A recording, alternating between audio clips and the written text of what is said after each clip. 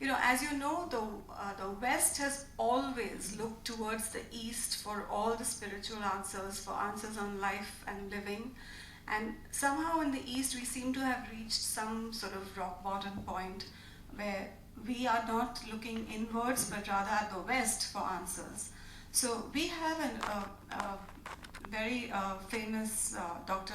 Krishna Kant Shukla. Some of you may have watched his programs on Doordarshan. And he is actually a physicist and an astronomer and a scientist by training.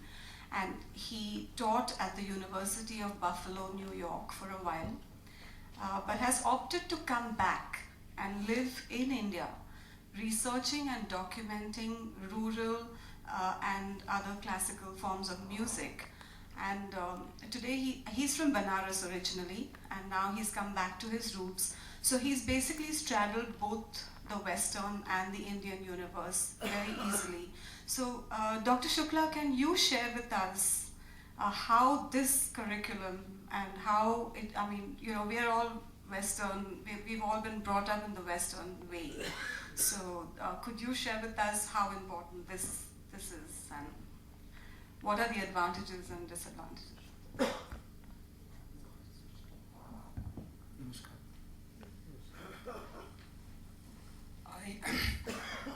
Before I answer your question, I want to relate a personal anecdote, which is a little sad, but I feel that it's pertinent to talk about this.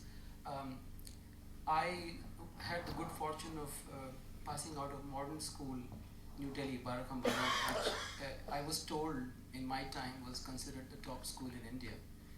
And indeed, it was a very beautiful experience. I'm very grateful to my teachers and what I got from there. The school was actually established by Mahatma Gandhi sometime in the even during the British days actually.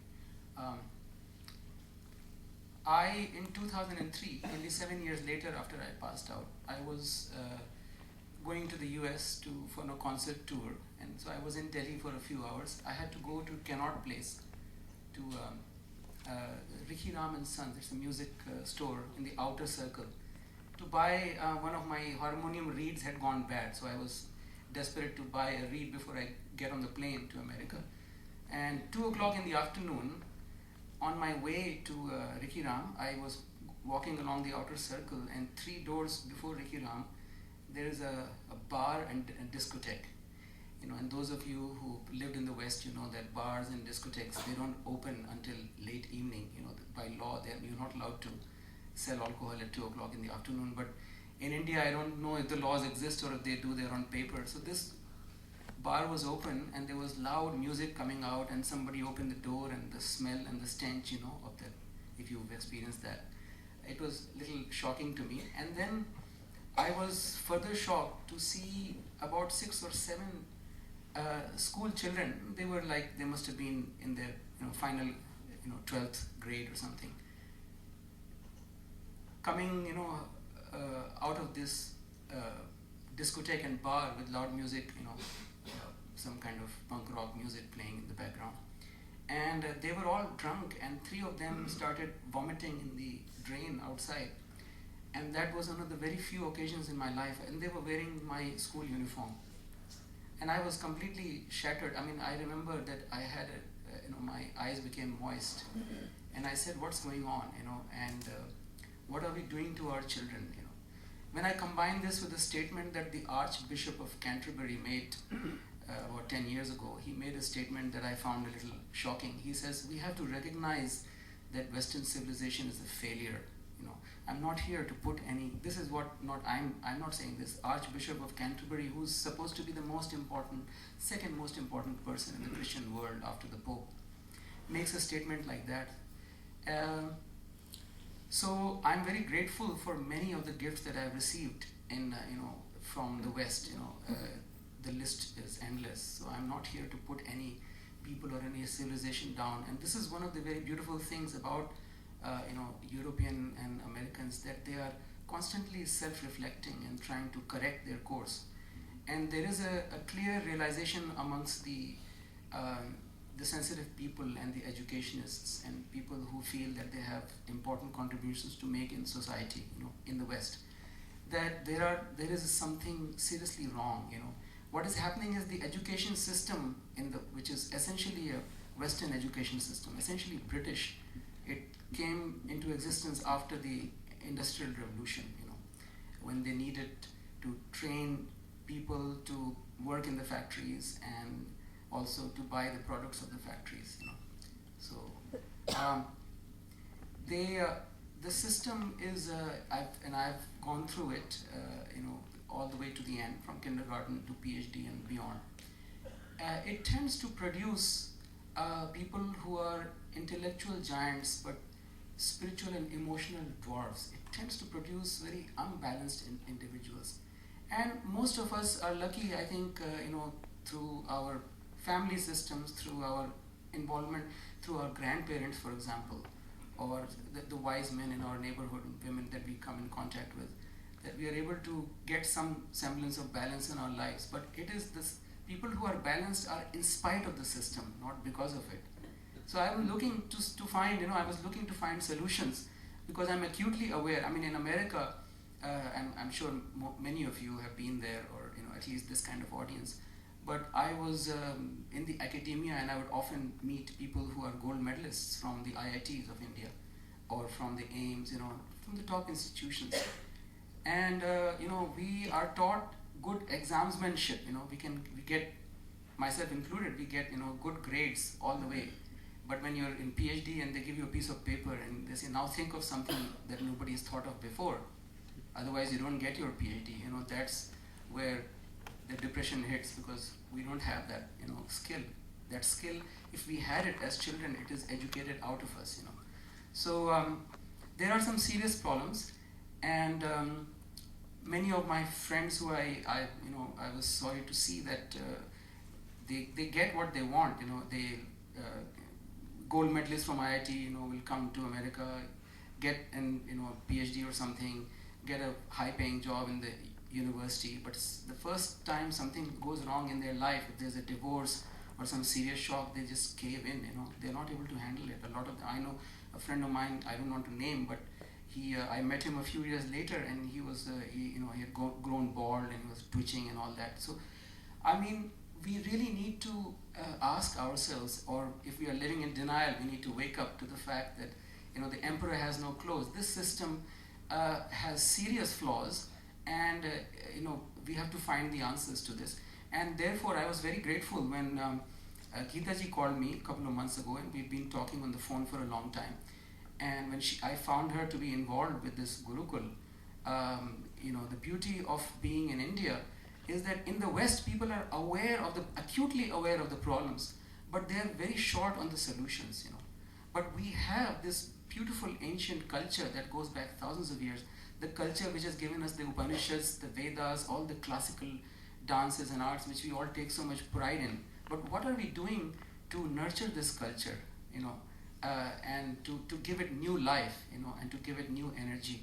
So this, I think, is a very beautiful, I think it's almost an answer to a prayer. So I told her that I want to be a part of this, because I sense something exciting in the air. I sense that through this Isha Sanskriti as a role model for this Gurukul system, there might be a revolution in the country, and I would like to suggest, this Isha Sanskriti is focused in music and the performing arts.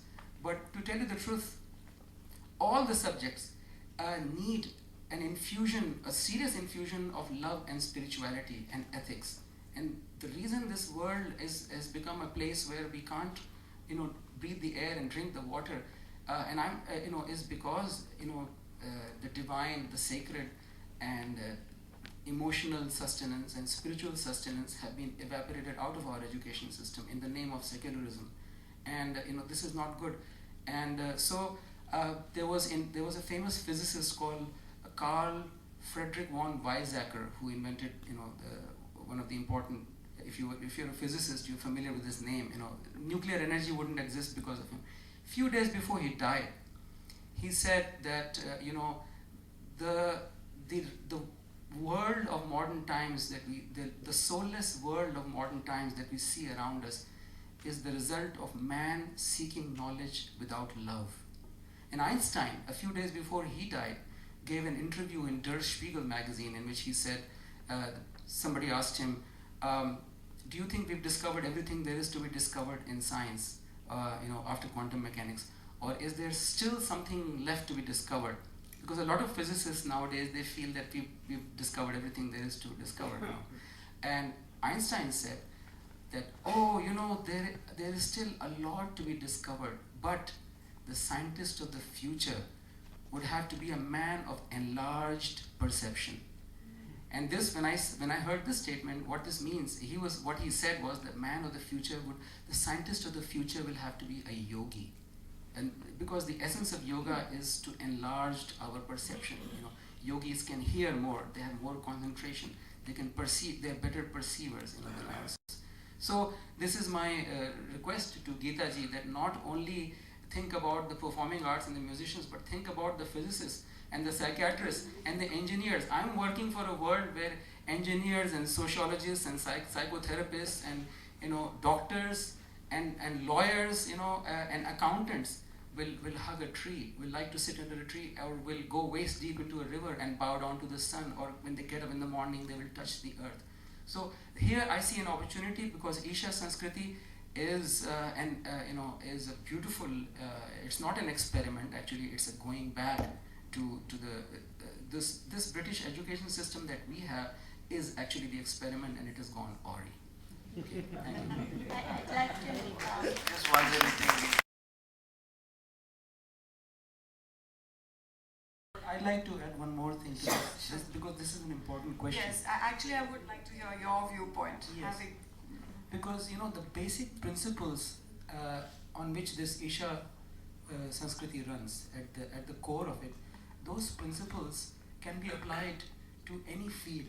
If I can imagine a school of doctors, who are compassionate, who are actually practicing the Hippocratic Oath, who are worried about ethics, who are not kneeling under the pressure of the pharmaceuticals to weed out all the medicines that produce cures for the disease, and to bring in new medicines which will manage the disease for the rest of your life. So we need lawyers who will fight for real justice, the justice that exists in nature. We need accountants who will rather die than to make a falsehood. So these ideas of these, and I believe that the people who pass out of Isha Sanskriti, maybe Isha Sanskriti is only 8 years now, so we don't have enough data right now, but I am seeing the future that maybe an Isha Sanskriti pass out will decide to go to medical school, with all those core principles, and become a doctor, who will be an example to the rest of the world. One of the things that I think I will ask Dr. Shukla to explain to us is, the other day you were telling us about how the astronomers from ancient times, how they had mathematics down pat, and how we are still catching up to them, and how even the physicists, they are learning that what the saints and the rishis have come up with, we are just discovering. Could you just tell us, because he's the best qualified here. Yeah, I'll do that, but may I know your name?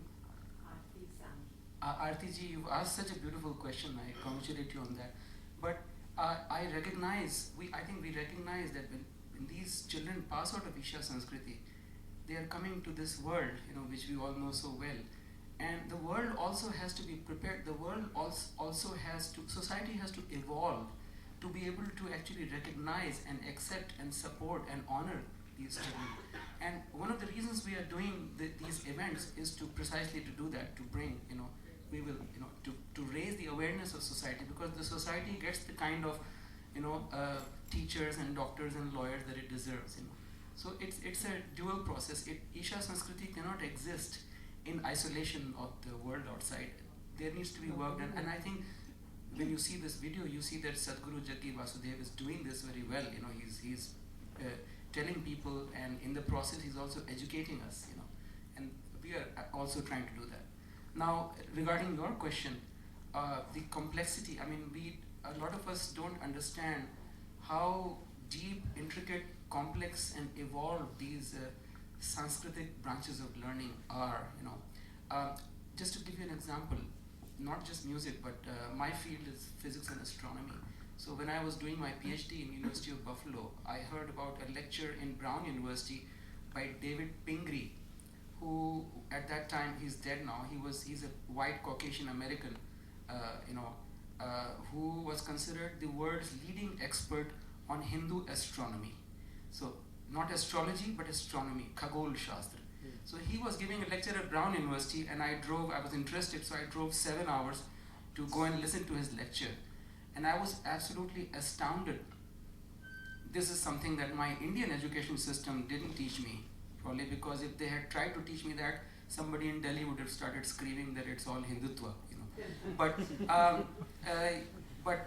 he was saying that the astronomical calculations of the planets and the right and left nodes of the moon, which we call Rahu and Ketu, and the precession of the equinoxes, which is how the Earth's axis actually revolves one circle in 26,000 years. That's a huge, one circle in 26,000 years, the Earth's axis.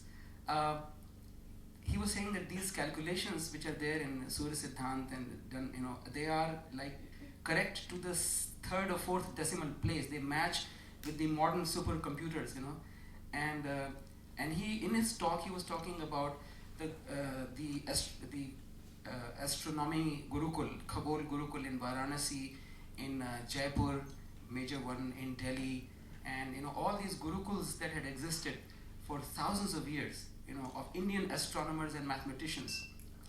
So at the end of the lecture, I went to him and I said, what happened to all these Gurukuls, these schools that you're talking about, schools of astronomy, Delhi, Srinagar, Jaipur, South, etc., Chennai. What happened to all these schools? He says, you don't know? I said, I'm sorry, please educate me. He said that in about 150 years ago, when the British started setting up their school system, all support to these Gurukuls, it dried out, and they eventually died out, So, but this is just with example to astronomy, but in music, for example, right now I brought with me in this journey a text called Sangeet Ratnakar by Sarang Dev. It's a 13th century text on music, and Sarang Dev was a musician originally from Kashmir who lived in Varanasi. And you open this book and you will see the most intricate description of the human anatomy and physiology, and like detailed description. This is a text on music, but because music has such a deep effect, and our organs are influenced by it, and they also contribute. They act as resonating boxes. So they talk about all these, and then they go into the sacred anatomy also, into the chakras and how different notes affect different chakras, where they reside, what colors come out of every note, etc. It is amazingly intricate, How old is the Sangeet Sangeet Ratnakar? Ratnakar is from the 13th century. Yes. So.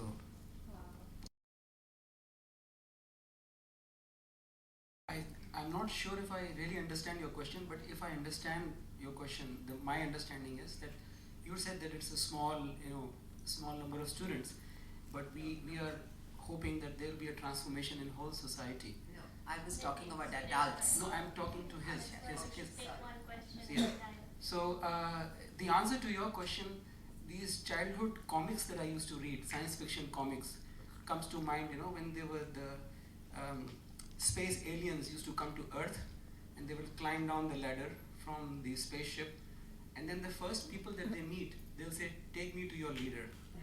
They say, the message is that there's no point in talking to every single person, just take me to your leader, I'll talk to them, and then the message will go to everybody.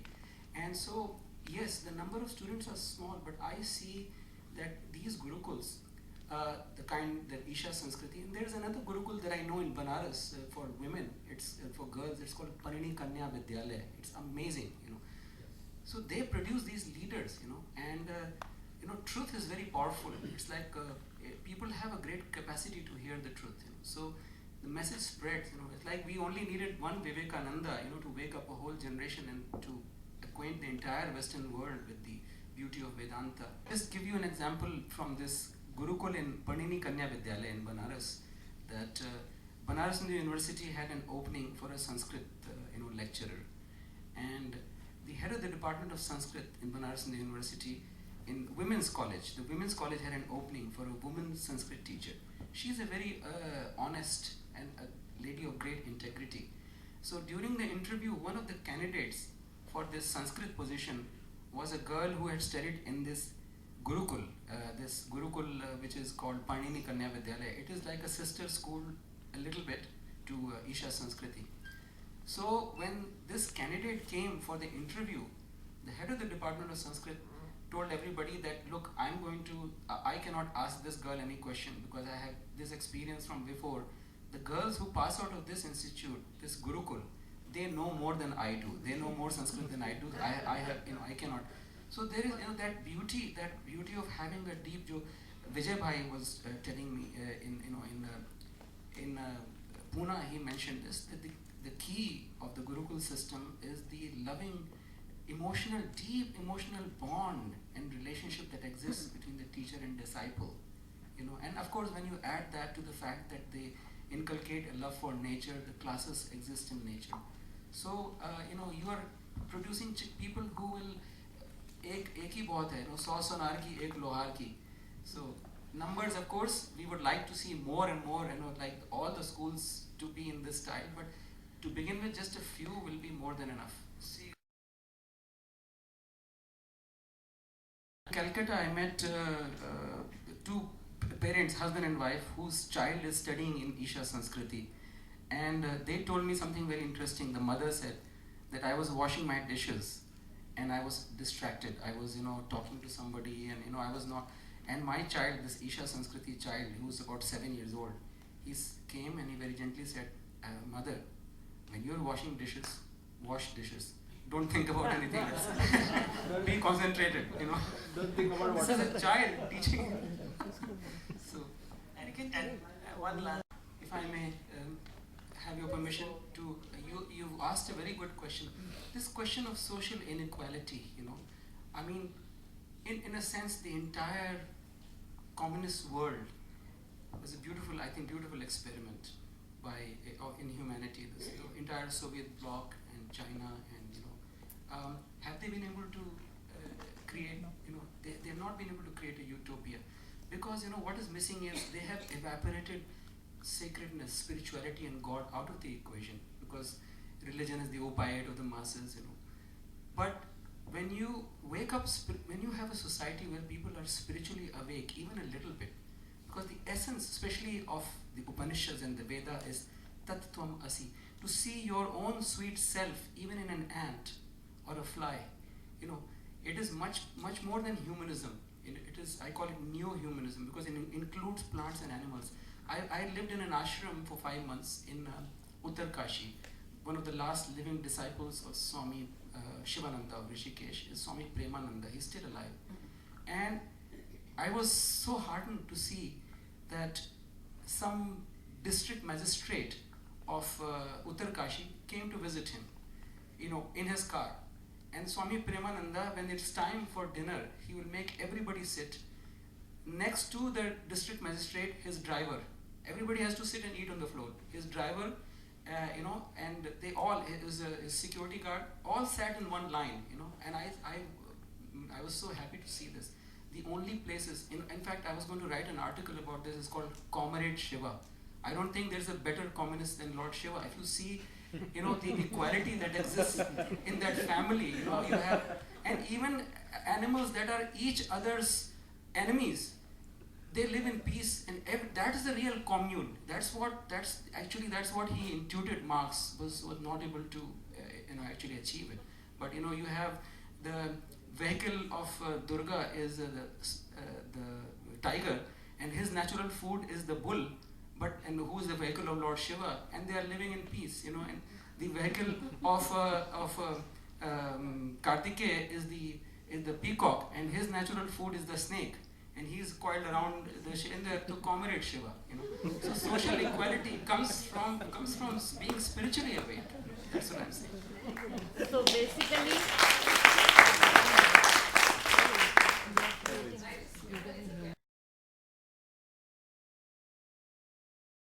if I may have your permission to, you've asked a very good question. This question of social inequality, I mean, in a sense, the entire communist world was a beautiful experiment in humanity. The entire Soviet bloc and China and have they been able to create? They have not been able to create a utopia, because what is missing is they have evaporated sacredness, spirituality, and God out of the equation, because religion is the opiate of the masses. But when you wake up, when you have a society where people are spiritually awake, even a little bit, because the essence, especially of the Upanishads and the Veda, is Tat Tvam Asi, to see your own sweet self, even in an ant or a fly. It is much more than humanism. It is, I call it neo-humanism, because it includes plants and animals. I lived in an ashram for 5 months in Uttarkashi.